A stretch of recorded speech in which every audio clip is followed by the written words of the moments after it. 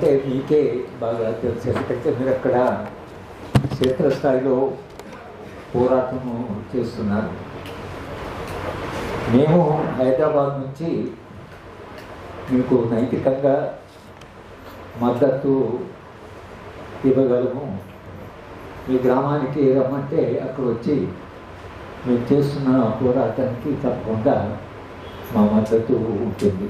పౌరహక్కుల సంఘం కానివ్వండి, Telangana people's joint action committee, భిన్న సంస్థలు ఉన్నాయి. ఈ సంస్థలు అన్నీ కూడా మీ పోరాటానికి మద్దతు తెలిపేలాగా తప్పకుండా మా కృషి మేము చేస్తాం. నేను మహబూబ్ నగర్ వెళ్ళవలసింది, అక్కడ ఆలస్యమైంది. ఇంతకుముందు మాకు ఎడ్యుకేషన్ కమిషన్కు సంబంధించి ఒక మీటింగ్ ఉంది కాబట్టి ఒకటి వేణు మాట్లాడింది, ఆయన చెప్తాడు ఈ నేపథ్యం ఏంటి, గుట్టలు చెట్లు పుట్టలు అన్నీ కూడా ఉండకుండా ఎందుకు ఇవాళ ఈ గుట్టల్ని కూలగొడుతున్నారు. ఈ అభివృద్ధి అనేది అంటే సంపద పెరుగుతుంది, దేశం చాలా అభివృద్ధి చెందుతుంది అని రోజు పత్రికల్లో అటు కేంద్ర ప్రభుత్వం ఇటు రాష్ట్ర ప్రభుత్వం చెబుతుంది. కానీ మనం అడగవలసిన ప్రశ్న ఏమిటంటే అసలు ఈ అభివృద్ధి ఎవరి కొరకు, ఎందుకొరకు? ఈ ప్రశ్న అడగకుండా మనం పోరాటం చేయలేము. ఇది కేవలం మీరు ఈ గుట్టల కొరకు చేసిన పోరాటమే కాదు. ఇది ఈ గుట్టను రక్షించుకున్నారంటే దాదాపు ఈ దేశాన్ని రక్షించుకున్నట్లే. మన పోరాటం ద్వారా, ఎందుకంటే ఈ కాంట్రాక్టర్స్ ఎవరైతే ఉన్నారో, ఎవరి గుట్టను కొలుగుతున్నారో, రాజకీయ అధికారము నిజానికి వాళ్ళ దగ్గర ఉంది. ముఖ్యమంత్రి, మంత్రులు వీళ్ళంతా ఉన్నారు, ప్రధానమంత్రి. కానీ వీళ్ళని నడిపిస్తున్నది మనం కాదు. ఎన్నికలప్పుడే మన దగ్గరికి వస్తున్నారు, కానీ ఎన్నికలైన తర్వాత వీళ్ళని నడిపిస్తున్నది ఈ కాంట్రాక్టర్. విపరీతమైన సంపద చేసుకుంటున్నారు. వేల కోట్ల రూపాయల సంపద వీళ్ళ దగ్గర ఉంది కనుక ఎన్నికలప్పుడు ఆ డబ్బులు ఖర్చు పెడుతున్నారు, గెలుస్తున్నారు. గెలిచిన తర్వాత వాళ్ళకి తోచిన పని చేస్తున్నారు. మనం చెప్పి చేయడం లేదు. ప్రజాస్వామ్యం అంటే మనం చెప్పింది వాళ్ళు చేయాలి, వాళ్ళు చెప్పింది మనం కాదు, మనం చెప్పింది వాళ్ళు చేయాలి. మీరు ఈ గుట్టలు ఈ గ్రామానికి లేదా ఈ ప్రాంతానికి చాలా అవసరం. ఈ గుట్టలు ఉంటేనే వర్షాలు పడ్డప్పుడు నీళ్ళు కిందికి వస్తాయి. చెట్లు ఎత్తున్నాయి, ఇది వాతావరణాన్ని కాపాడుతాయి. ప్రపంచవ్యాప్తంగా వేడి ఏదైతుందో ఒక 2 డిగ్రీలు ఇంకా 2 డిగ్రీలు పెరిగితే హిమాలయ పర్వతాలు కూడా కరిగిక మంచు కూడా లేనటువంటి ఒక పరిస్థితి వస్తుందని ప్రపంచవ్యాప్తంగా ఇది చర్చ జరుగుతుంది. కానీ అది వినేవాడేవాడు లేడు.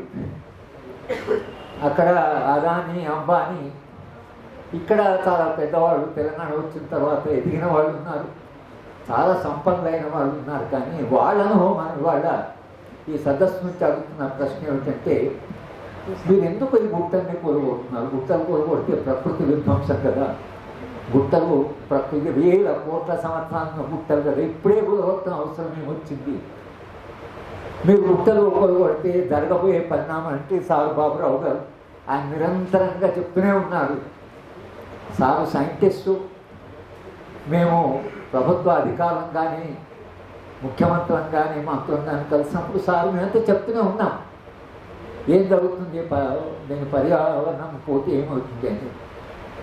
కనుక ఇవాళ మన పోరాటం మన గుట్టని కాపాడుకోవడం, పర్యావరణాన్ని కాపాడుకోవడం, ప్రకృతిని కాపాడుకోవడం, వాతావరణాన్ని రక్షించుకోవడం, మన ప్రాంత భవిష్యత్తును కాపాడుకోవడం. ఇది కేవలం ఒక గుట్టల కొరకు జరుగుతున్న పోరాటం చూడకండి. మీరు చేస్తున్న పోరాటానికి ఇంకా విశాలమైనటువంటి లక్ష్యం కూడా ఉంది.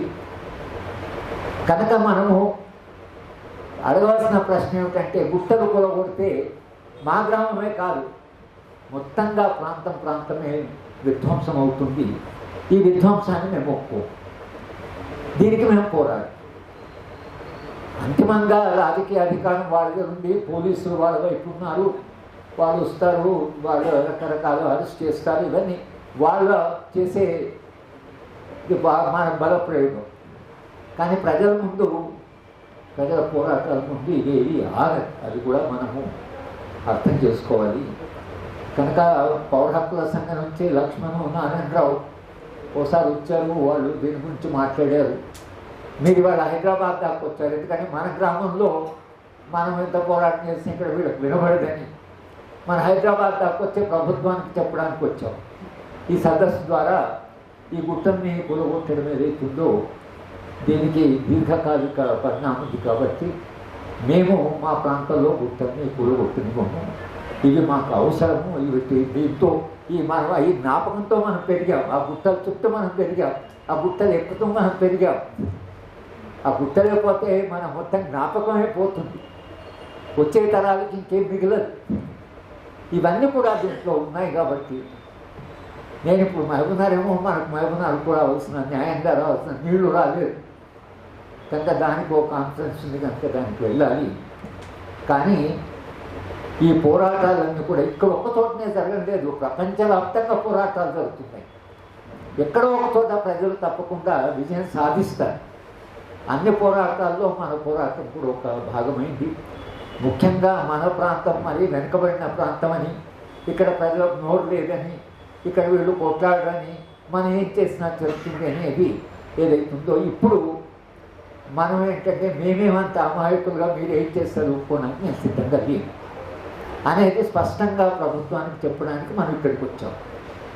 ఈ రౌండ్ టేబుల్ కాన్ఫరెన్స్ ద్వారా మీ అందరి తరఫున మా తరఫున ప్రభుత్వానికి చెప్తున్నట్టే ఈ విధ్వంసాన్ని ఆపండి, ఈ విధ్వంసాన్ని మేము అంగీకరించాం, మీరు గుట్టలు లేకపోతే మేము ఊరుకోం అనేది చెప్పడానికి ఇక్కడికి వచ్చాం. మీ తరఫున మమ్మల్ని రాయమంటే రాస్తాం, మీరు మాట్లాడమంటే మాట్లాడతాం, మీ ప్రాంతానికి రమ్మంటే వస్తాం. మా వల్ల ఏ కృషి సాధ్యమవుతుందో అది తప్పకుండా మేము చేస్తామని మీకు ఒక అష్యూరెన్స్ లాగా వాగ్దానాలు చెప్తూ తప్పకుండా మీ ప్రాంతానికి వచ్చి మేము మీకు మద్దతు, సంపూర్ణ మద్దతు ప్రకటిస్తున్నామని చెప్తూ నేను తొందరగా వెళ్ళిపోవచ్చు కాబట్టి వేణు గారిని కూడా ఆపి నేను మాట్లాడి వెళ్ళిపోవస్తుంది. కానీ తప్పకుండా మీ ఉద్యమానికి మా సంపూర్ణ మద్దతు ఉంటుంది.